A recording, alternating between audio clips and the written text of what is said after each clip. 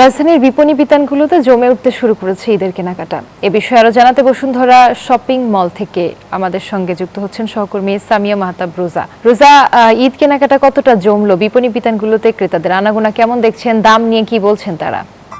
American ASTM স্ট্যান্ডার্ডে তৈরি আধুনিক যুগের আধুনিক pipe RFL easy pipe and fittings. Ruba, এখন আমি আছি বসুন্ধরা শপিং মলের দেশি দশে এবং সকাল থেকে আমরা দেখছি যে ক্রেতাদের আনাগোনা রয়েছে। এবং আরেকটি কথা বলতে চাই যে এখন ঈদের সময় ঘনিয়ে আসায় প্রচুর মানুষ আসছে কেনাকাটার জন্য।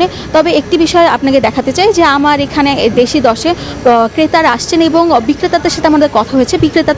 তারা জানিয়েছেন যে গত শুক্র শনিবার থাকায় প্রচুর মানুষ এসেছিলেন এখানে এবং তারা বলছেন যে তাদের শুক্র শনিবার প্রচুর ভিড় ছিল, তাদের অনেক বেচাকেনা হয়েছে এবং ক্রেতারাও জানাচ্ছেন যে তারা আসলে গতবারের সাথে এইবার তেমন দামের খুব একটা পার্থক্য দেখছেন না।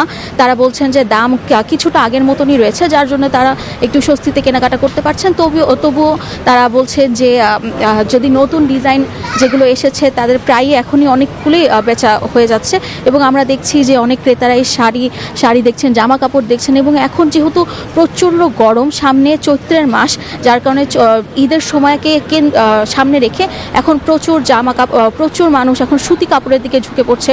সুতি, লিলেন এবং আরামদায়ক যে কাপড়গুলো সেগুলো আর কি মানুষ পছন্দ করছেন, স্বাচ্ছন্দ্য বোধ করছেন সেসব কাপড় কেনার জন্য।